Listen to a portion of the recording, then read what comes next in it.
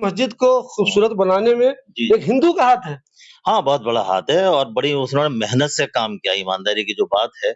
इनका नाम है विवेक चौरसिया, इनके बाप का नाम है बबलू चौरसिया। राजस्थान की ये टीम है। पत्थर ये सारा वहाँ राजस्थान की फैक्ट्रियों से तैयार होकर आया। हरी मस्जिद को चमकाने का, संवारने का, उसको रेनोवेट करने का काम जिस टीम ने किया है, वो हिंदुओं की टीम है।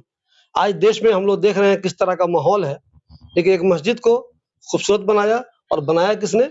एक हिंदू ने। शायद अल्लाह ताला ने मुझे इस वास्ते ज़िंदा रखा और मेरी उम्र शायद वरना मुझे तो कोई उम्मीद रही नहीं थी कि ये काम मेरे हाथ से होना था और मेरी ख्वाहिश भी थी, दिली ख्वाहिश भी थी कि यार ये काम मेरे जीते जी हो जाए, अल्लाह करे किसी तरह।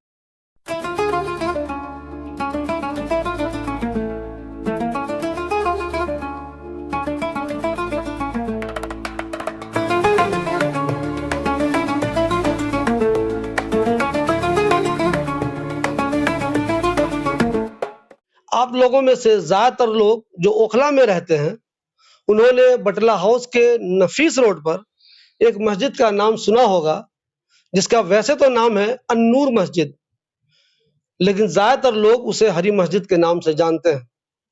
चाहे रिक्शा वाला हो, ठेला वाला हो, दुकानदार हो, ओला वाला हो, उबर वाला हो या कोई भी हो या कोई आपका रिश्तेदार कहीं से आता हो, तो आप यही कहते हैं, हरी मस्जिद के पास आ जाना। उस हरी मस्जिद को रिनोवेट कर दिया गया है। अब वो हरी मस्जिद इतनी खूबसूरत हो गई है, इतनी खूबसूरत हो गई है कि जब मैंने उसे पहली बार देखा, यानी कि जब उस पर से पर्दा हटा, मैं भी उस रोड से रोज़ाना गुज़रता हूँ, कई बार गुज़रता हूँ, लेकिन मुझे अंदाज़ा नहीं था कि पर्दे के पीछे इतना खूबसूरत काम हो रहा है। जब पर्दा हटा, तो मैं देखकर हैरान हो गया कि मस्जिद अब इतनी खूबसूरत बन गई है। जी हाँ, जो लोग भी पहले हरी मस्जिद यानी अन-नूर मस्जिद को देख चुके हैं, वो अब जब उसकी बदली हुई शक्ल को देखेंगे तो हैरान हो जाएँगे और अब मुझे लगता है कि ओखला में अगर फ्रंट व्यू के हिसाब से देखें, तो शायद इतनी खूबसूरत मस्जिद कोई नहीं है। हो सकता है 1-2 मस्जिद हो मैंने नहीं देखी हो, लेकिन मुझे लगता है जितनी मस्जिद मैंने देखी है, ज़्यादातर मस्जिद मैंने देखी हुई है ओखला की। अब जो इसका फ्रंट व्यू बन रहा है, मुझे नहीं लगता कि इतनी खूबसूरत मस्जिद कोई दूसरी होगी। इस मस्जिद को खूबसूरत बनाने में, इस मस्जिद के रिनोवेशन में जिस साहिब का सबसे अहम रोल है, लईक अहमद साहब, वो अभी हमारे साथ हैं। बटला हाउस के नफीस रोड पर एक बहुत ही मशहूर स्कूल है, सनराइज़ पब्लिक स्कूल, उसके ये मालिक हैं और ठीक उसी स्कूल के सामने ये वाली मस्जिद है। लईक भाई ने बहुत मेहनत की है, इसको सँवारने में, बेहतर करने में, खूबसूरत बनाने में। पैसे के मामले में भी, डिज़ाइन के मामले में भी, मिस्त्री को तलाशने के मामले में भी और इस पूरी चीज़ पे नज़र रखने के मामले में भी लईक अहमद साहब का रोल सबसे ज़्यादा है। लईक भाई, सबसे पहले तो मुझे ये बताइए, मैंने आपका बेसमेंट वाला काम भी देखा था। बेसमेंट जी, बहुत जी। ताज्जुब है, आपने इतना खूबसूरत बेसमेंट इस मस्जिद का बना दिया था। जी, जी। आपको ये ख़्याल कब आया कि इस मस्जिद के सामने के हिस्से को भी या फिर पूरे इधर-उधर के भी हिस्से को मुझे रेनोवेट करना है, खूबसूरत करना है? देखिए, ये तो मेरा शुरू से ही इरादा था इसका कि फ्रंट बहुत खूबसूरत होना चाहिए और काफ़ी टाइम से मैं कोशिश भी कर रहा था। लेकिन जिस तरह के मुझे कारीगर चाहिए थे, वो मुझे मिल नहीं रहे थे, जिसकी वजह से काफ़ी काम लेट हो गया। बड़ी मुश्किल से मुझे एक राजस्थान की ये टीम मिली, जो पत्थर का स्पेशल काम करने वाले लोग हैं। तो मैंने इनका काम देखा, पहले काम को चेक किया, इनका बुलंदशहर में एक मस्जिद में काम चल रहा था, वो मेरे जानने वालों की थी, वहाँ से मैंने मालूमात करी और उसके वीडियो वगैरह मँगाई, उसको चेक किया। फिर मेरठ में इनका काम चल रहा था। मतलब काफ़ी तहकीकात के बाद तब मैंने इस आदमी को बुलाया अपने पास और मैंने इनसे बात करी। इनका नाम है विवेक चौरसिया, इनके बाप का नाम है बबलू चौरसिया। राजस्थान की ये टीम है। तो लईक भाई, इस मस्जिद को खूबसूरत बनाने में जी। एक हिंदू का हाथ है। हाँ, बहुत बड़ा हाथ है और बड़ी उन्होंने मेहनत से काम किया, ईमानदारी की जो बात है।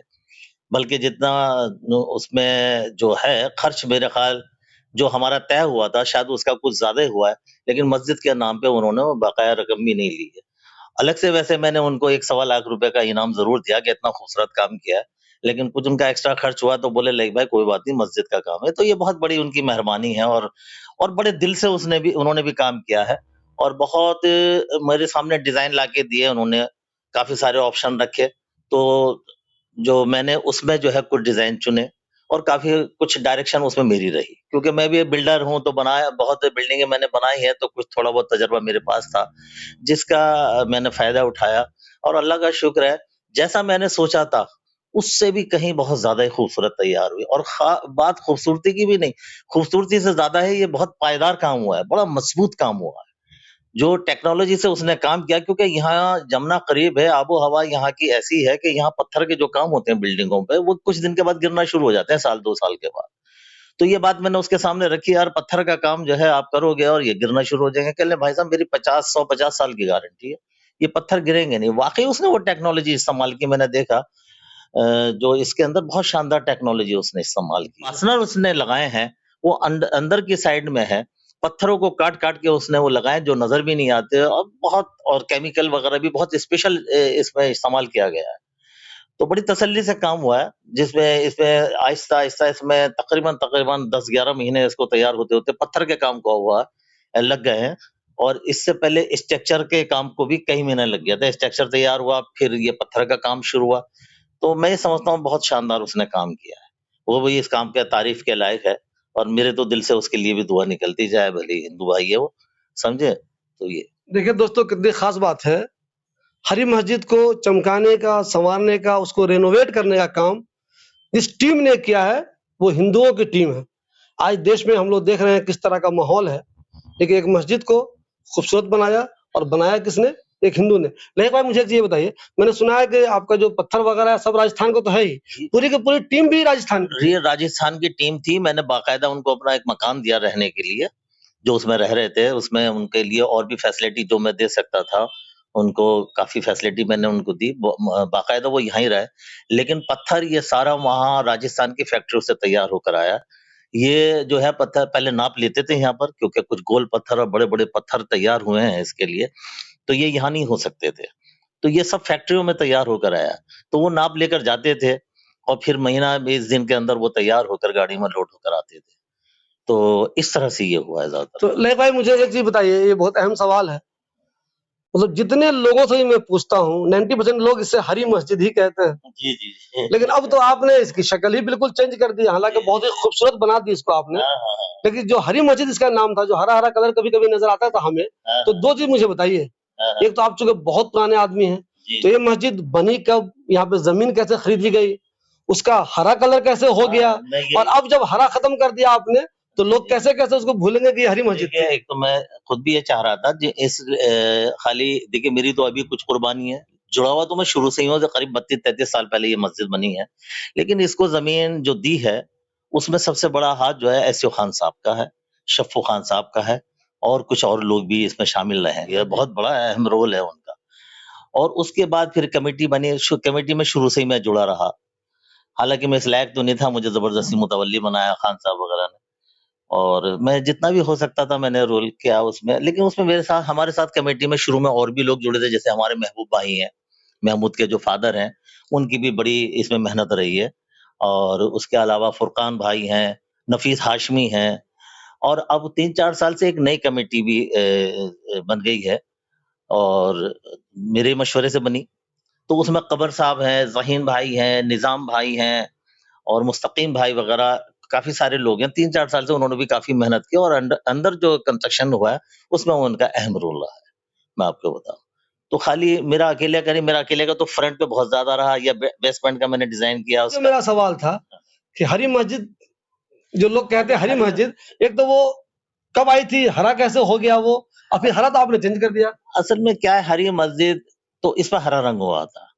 अब रक्शे वालों के लिए ये आसान था कि बजाय वो अल-नूर मस्जिद जिसको कहें, तो अल-नूर मस्जिद हर किसी से लफ्ज़ को ज़बान से निकालना जो है हर किसी के बस की बात नहीं थी, अरबी का लफ्ज़ है।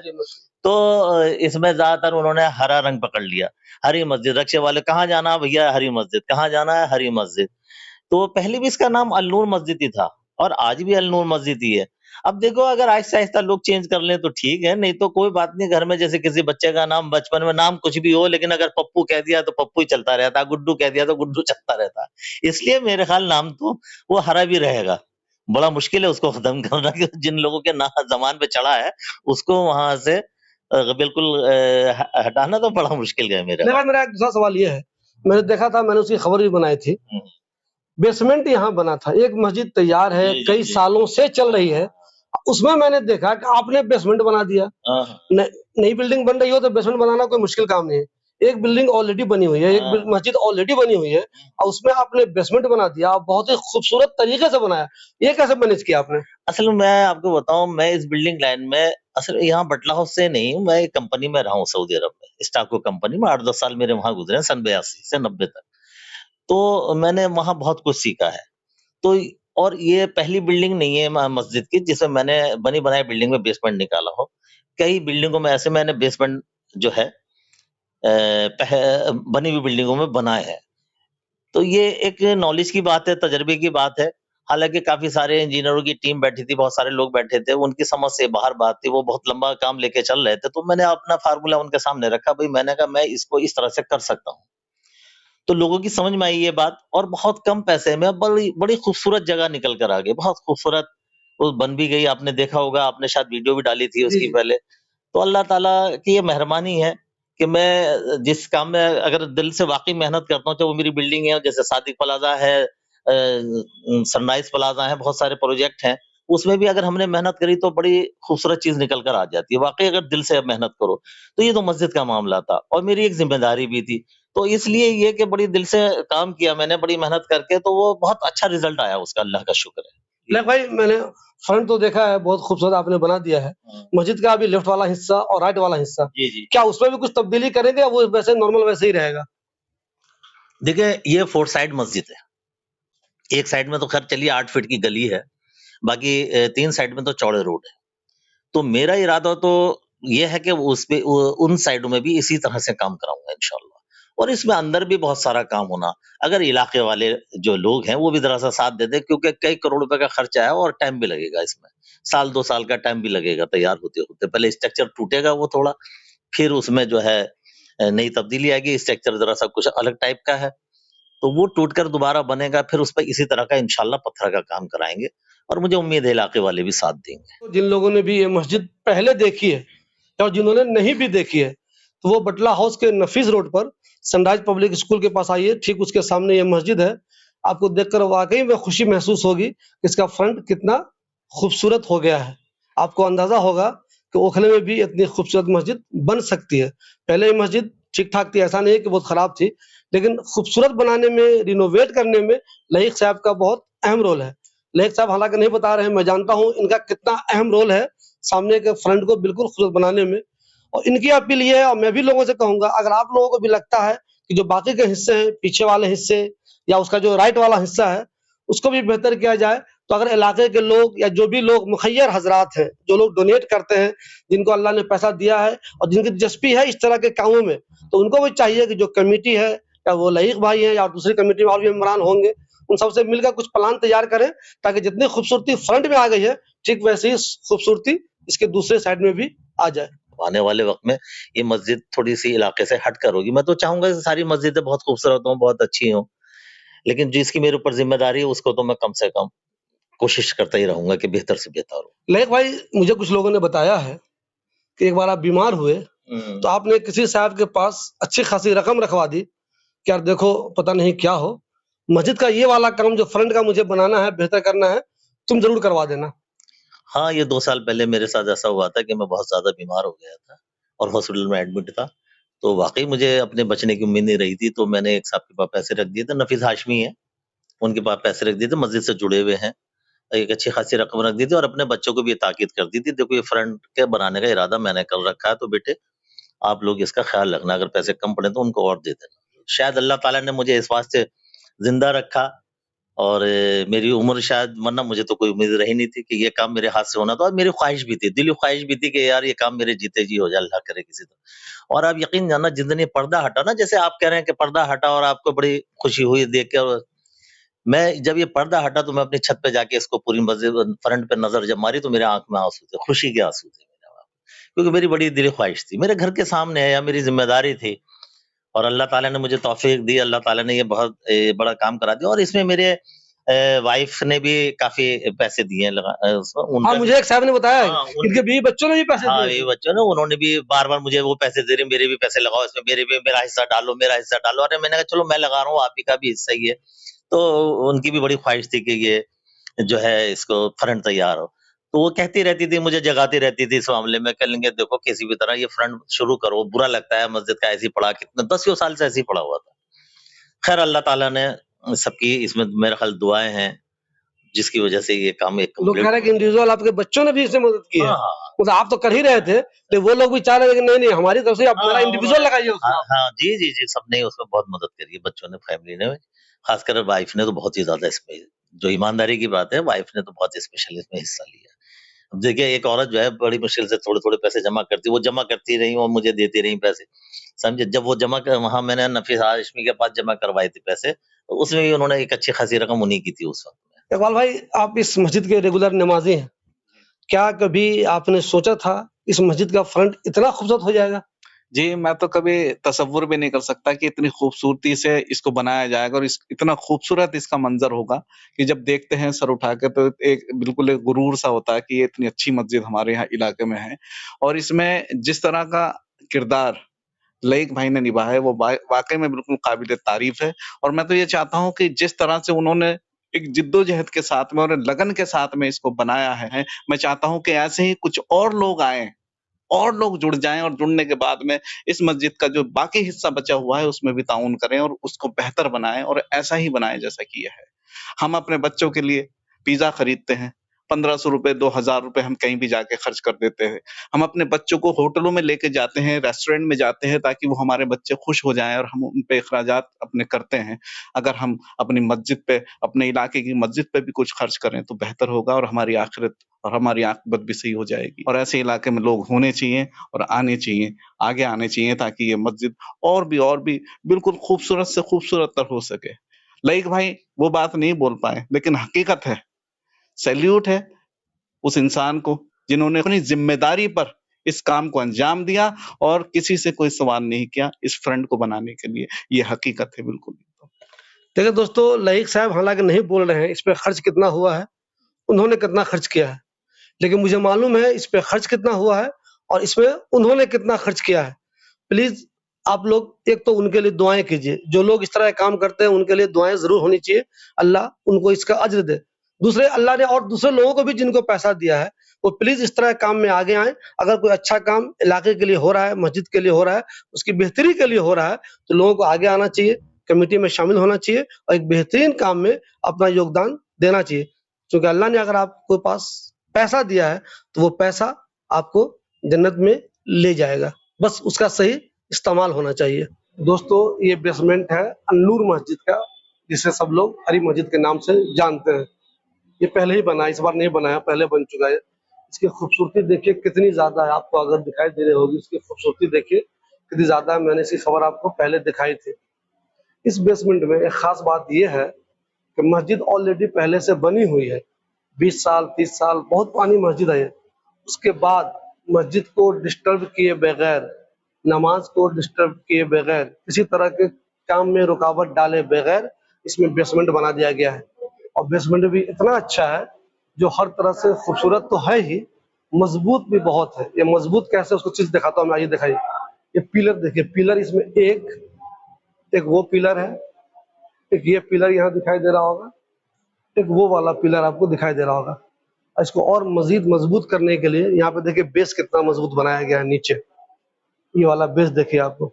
इधर आइए, आगे की तरफ आइए, मैं आपको इसका दूसरा हिस्सा दिखाता हूँ। देखिए ये बेस देखिए इसका, ये वाला। एक खूबसूरती भी दिखा दीजिए, बीच-बीच में अरबी के आयात लिखे हुए हैं, कुरानी आयात लिखे हुए हैं ये। इससे इस मस्जिद की खूबसूरती और बढ़ जाती है। ये डेकोरेशन है बीच में, ये वाला दिखा दीजिए, ये दिखाइए। ये खूबसूरती इसके बारे में मैं आता हूँ तो ये जो है एक ख़ास बात है। इस बेस की वजह से ये इसमें नॉर्मल जो खूबसूरती है वो तो है ही, मजबूती बहुत ज़्यादा है इस बेस का। मैं दूसरा फ़ायदा आपको ये दिखा रहा हूँ, इधर से देखिए। ये जगह जो है ये सफ़ है, ये पूरी की पूरी आपको सफ़ दिखाई। बहुत से लोग ऐसे होते हैं जिनको कुर्सी की ज़रूरत होती है, तो ये जो जगह है ये मैं दिखाऊँ आपको, देखिए। ये उन लोगों के लिए भी है जो कुर्सी पे नमाज़ पढ़ना चाहते हैं। वो यहाँ पे अगर नमाज़ पढ़ना चाहते हैं तो उनको आसानी होगी कुर्सी एक्स्ट्रा लगाने की ज़रूरत नहीं है। यही वाला बेस जो बनाया गया था, वही कुर्सी का काम भी करेगा।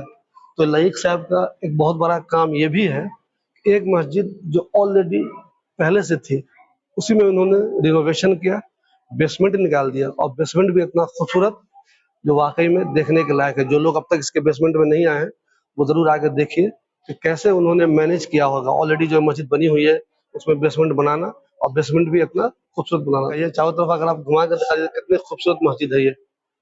देखिए आप, जितने भी पिलर हैं, उसमें पुरानी आयात है। उसके अलावा यहाँ भी दिखाइए, यहाँ भी है। देखिए, इस पे लिखा हुआ है, इन्नल्लाह मअस साबिरीन। इस तरह बहुत जगह इसमें लगा हुआ है।